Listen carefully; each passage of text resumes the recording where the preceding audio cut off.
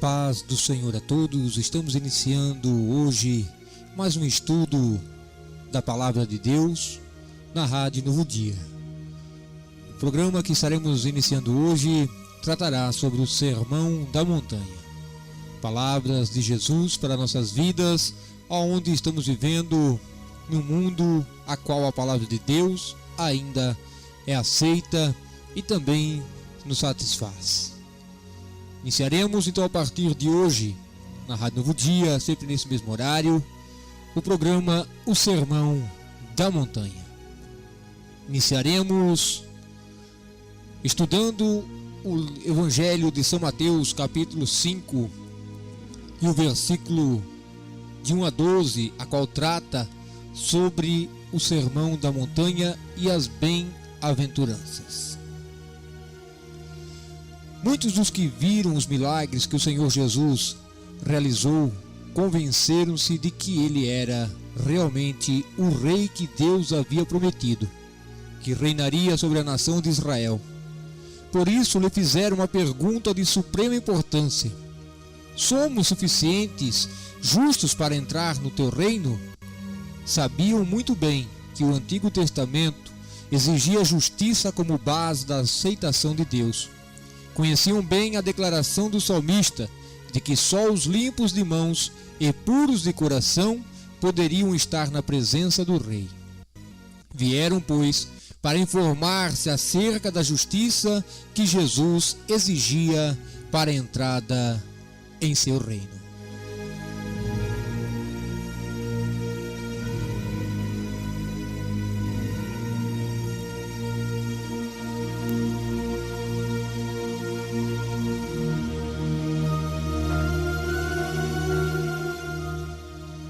Nosso Senhor escandalizou a multidão que se compunha de devotos dos fariseus e com zelo buscava a justiça por eles ensinada.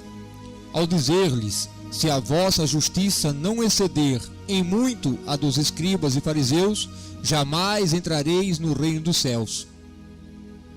Se a justiça dos fariseus, que requeria rígida observância de 365 proibições e de 250 mandamentos, não era suficiente para introduzir os homens no reino do Messias, que tipo de justiça seria necessária?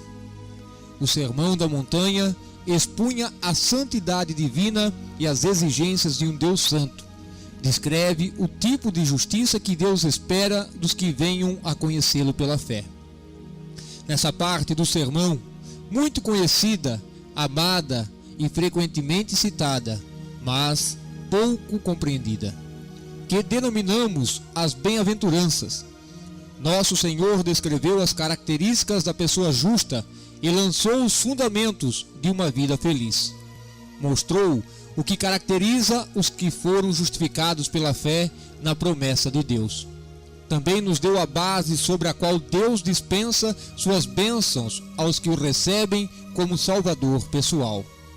Bem podemos denominar as bem-aventuranças de fundamentos de uma vida feliz. A primeira bem-aventurança do Senhor está em Mateus, capítulo 5, versículo 3. Bem-aventurados os humildes de espírito, porque deles é o reino dos céus. Só Deus é bem-aventurado. Ele é digno de receber bênção em virtude de sua santidade absoluta, inalterável. Quem foi abençoado por Deus é, deveras, feliz. A palavra traduzida por bem-aventurado nesta passagem bíblica seria mais bem traduzida por feliz. Só Deus é digno de ser chamado bem-aventurado ou bendito por aquilo que ele é em seu caráter. Mas Deus pode dispensar bênçãos ao homem. A pessoa que recebe bênçãos de Deus é, em verdade, um indivíduo feliz. Frequentemente se emprega a palavra feliz ou bem-aventurado no Novo Testamento para descrever a condição daqueles a quem Deus abençoa. Em João 13:17, ao concluir a primeira das grandes lições aos discípulos, ministrada no cenáculo pouco antes de sua morte, o Senhor voltou-se e disse: ora, se sabeis essas coisas, bem-aventurados sois se a praticardes. Em João 20, 29, o Senhor emprega a mesma palavra ao dirigir-se a Tomé. Porque me viste, crestes? Bem-aventurados os que não viram e creram. Aquele que crê é verdadeiramente feliz. Em sua primeira carta a Timóteo, Paulo emprega a mesma palavra, agora traduzida por bendito. Segundo o evangelho da glória do Deus bendito, do qual fui encarregado. Aqui o apóstolo fala do contentamento que pertence a Deus, em virtude de ser Ele quem é. A infelicidade não se encontra em Deus. Visto que se trata de um Deus feliz, Ele confere sua felicidade aos que creem nele. Também em Tito, capítulo 2, versículo 13, falando da vinda de Cristo, o apóstolo diz: aguardando a bendita esperança e a manifestação da glória do nosso grande Deus e Salvador, Cristo Jesus. É uma esperança que traz felicidade ao crente. A palavra feliz, usada entre os gregos, em sua origem descrevia a condição dos deuses gregos, que se supunha viverem satisfeitos ou contentes, porque tinham tudo quanto desejassem e eram livres para gozar de tudo o que possuíam, sem restrições. Para a mentalidade grega, a felicidade relacionava-se com as posses materiais e com a liberdade de desfrutá-las. A felicidade deles tinha que ver com a grande gratificação irrestrita e limitada dos desejos físicos. Uma vez que não se impunha limites às suas divindades, os gregos julgavam que os deuses eram felizes, podendo viver com a mesma liberdade que atribuíam aos seus deuses. Julgavam-se um povo feliz. A felicidade para os gregos relacionava-se com o mundo físico e material. Porém, ao falar da felicidade, nosso Senhor relacionou-se com a santidade. Esse é o conceito bíblico. O Novo Testamento identifica a felicidade com pureza de caráter. A palavra de Deus considera o pecado como manancial de miséria, a santidade como fonte de paz, de satisfação, de contentamento. Tudo quanto incluímos na palavra feliz. Assim, quando o Senhor disse: bem-aventurados os humildes de espírito, apresentou a primeira característica de santidade, geradora de santidade, e com isso lançou o fundamento de uma vida piedosa feliz. O Senhor mostrou o que deve caracterizar o homem que se diz santo e a bênção que desce de Deus sobre aquele que recebeu o dom divino da justiça mediante a fé em Jesus Cristo. Quão significativo é que o Senhor tem exaltado a própria característica que o mundo despreza, desvaloriza e considera sinal de fraqueza. O mundo não tem condições jamais de proporcionar o fundamento de uma vida feliz, porque não pode produzir felicidade. E esta não existe sem santidade. A palavra humilde que o nosso Senhor Jesus empregou em Mateus capítulo 5, versículo 3, é uma palavra muito interessante e descritiva. Para entender seu emprego, vamos ver Lucas capítulo 16, versículo 19 ao 22, que diz: ora, havia certo homem rico, que se vestia de púrpura e de linho finíssimo, e que todos os dias se regalava esplendidamente. Havia também um certo mendigo, chamado Lázaro, coberto de chagas, que jazia à porta daquele, e desejava alimentar-se das migalhas que caíam da mesa do rico, e até os cães vinham lamber-lhe as úlceras.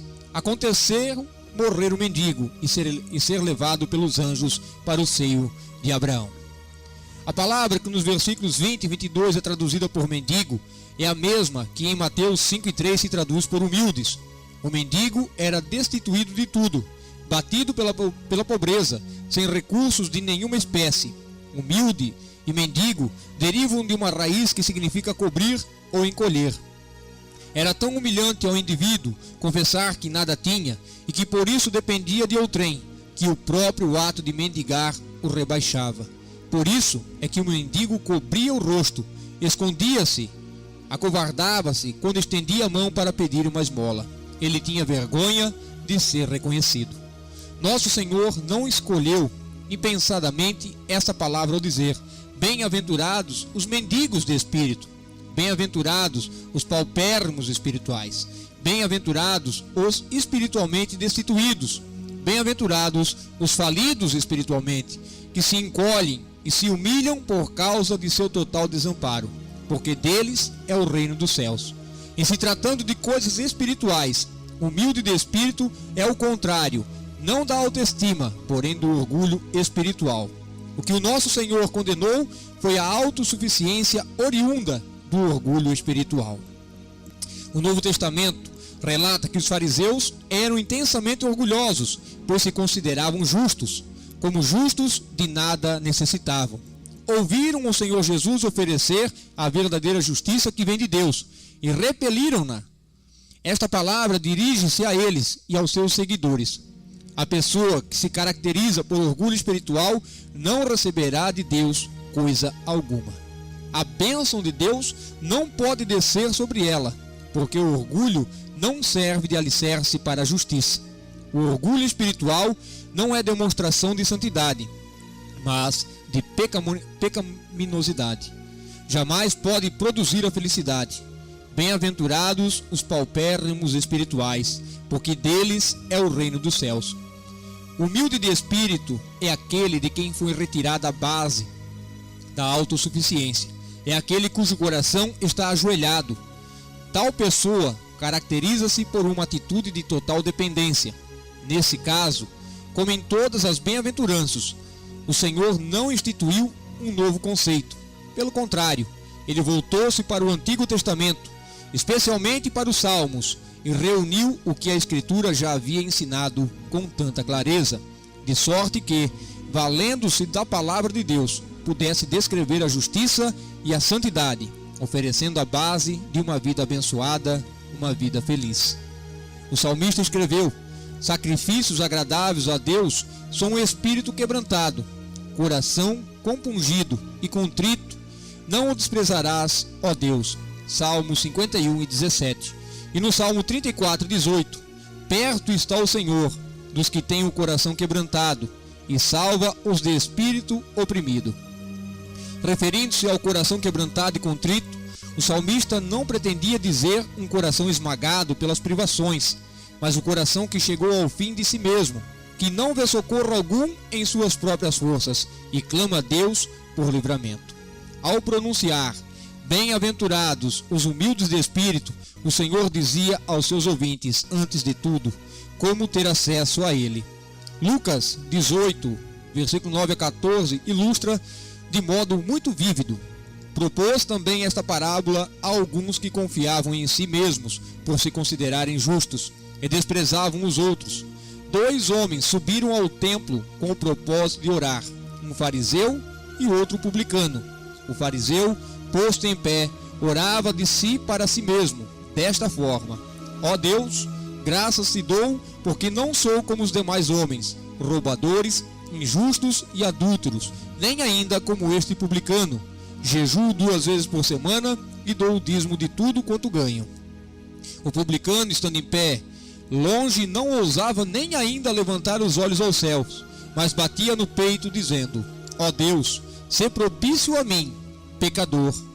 Digo-vos que este desceu justificado para sua casa, e não aquele. Porque todo o que se exalta será humilhado, mas o que se humilha será exaltado. Numa lição tão expressiva, o nosso Senhor Jesus Cristo apresentou a verdade que havia demonstrado ao dizer: bem-aventurados os humildes de espírito. O fariseu desta parábola pôs-se em pé no lugar público para recomendar-se a Deus por seus méritos. Não sou como os demais homens, roubadores, injustos, adúlteros, nem ainda como este publicano. Controlado pelo orgulho, ele se recomendava a Deus, exigindo que Deus o aceitasse e ouvisse sua petição pelo que ele, fariseu, era. A seguir, recomendou-se a Deus por aquilo que ele havia feito: jejuo 2 vezes por semana e dou o dízimo de tudo quanto possuo. Esperava que Deus o abençoasse pelo que ele havia feito para Deus. Que exemplo de quem não possui humildade de espírito. Mas por outro lado, havia um pecador confesso, encolhido, que clamava: ó Deus, sê propício a mim, pecador.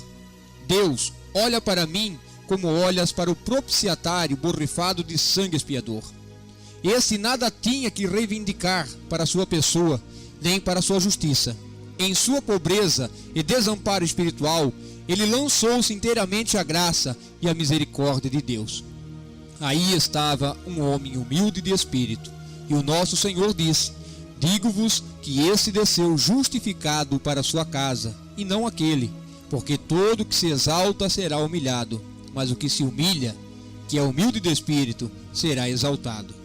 O único caminho que o homem tem de acesso a Deus é ir ao Criador e confessar sua injustiça, sua incapacidade de satisfazer aos padrões e às exigências do Altíssimo, e pela fé, reivindicar o sangue de Cristo que lhe cobre os pecados.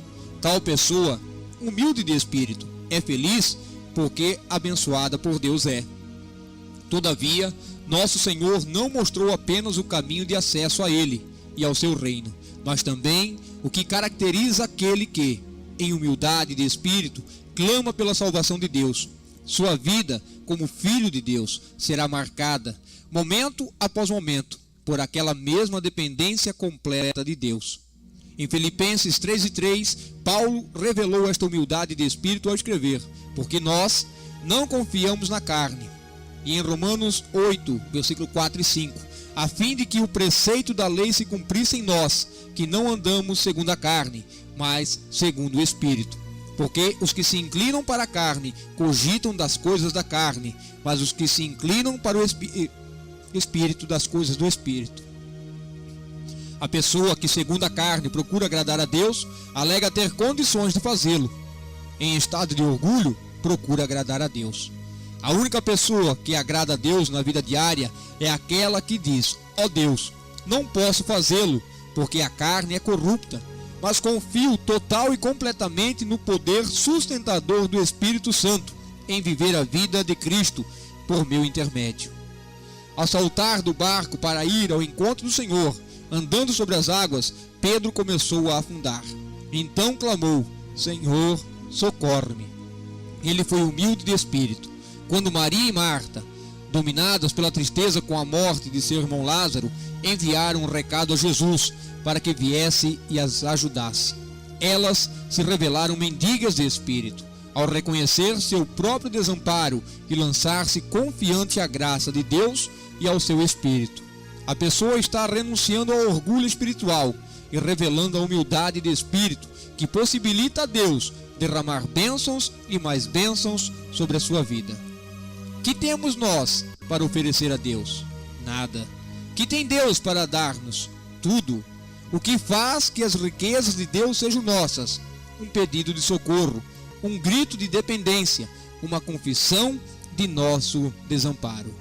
Bem-aventurados os humildes de espírito, porque deles é o reino dos céus.